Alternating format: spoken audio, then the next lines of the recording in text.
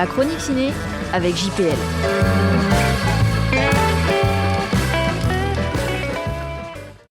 Simple comme Sylvain. L'amour en face. On connaît la Canadienne Monia Chokri depuis 2019 et le très sympathique La femme de mon frère. Elle s'est fait une spécialité du couple et de son usure.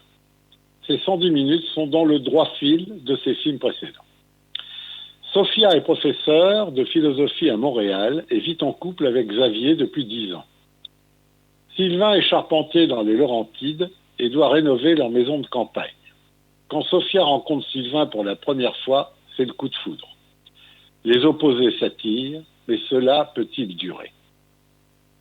Cette comédie est arrivée sur nos écrans auréolée du Grand Prix du Festival de Cabourg, parfaitement mérité car c'est un excellent moment qu'il faut aller partager.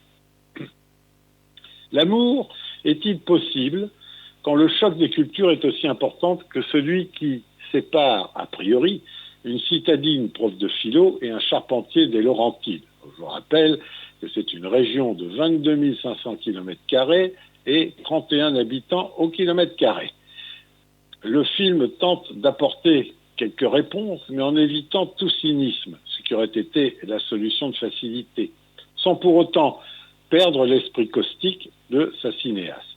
Bien au contraire, la réalisatrice laisse parler sa sensibilité et donc celle de ses personnages en privilégiant la tendresse, même si l'humour reste toujours présent. Car on ne s'ennuie jamais durant cette comédie romantique virevoltante, au dialogue ciselé qui rappelle parfois le meilleur d'un Woody Allen qui aurait émigré du côté du Québec et écrit ses dialogues en joual.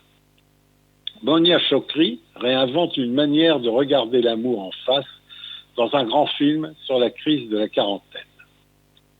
L'interprétation est à la hauteur du scénario et de la réalisation, donc excellente, avec Magali Lépine-Blondeau, Pierre-Yves Cardinal, Francis William Réaume, Monia Chokri elle-même, pour servir un film où se mêlent avec virtuosité, drôlerie et gravité, candeur et sophistication, humour décapant et tendresse.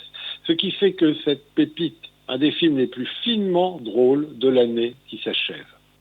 Une nouvelle Bridget Jones, venue du Canada, au centre d'une comédie intelligente et irrésistible, à ne rater sous aucun prétexte.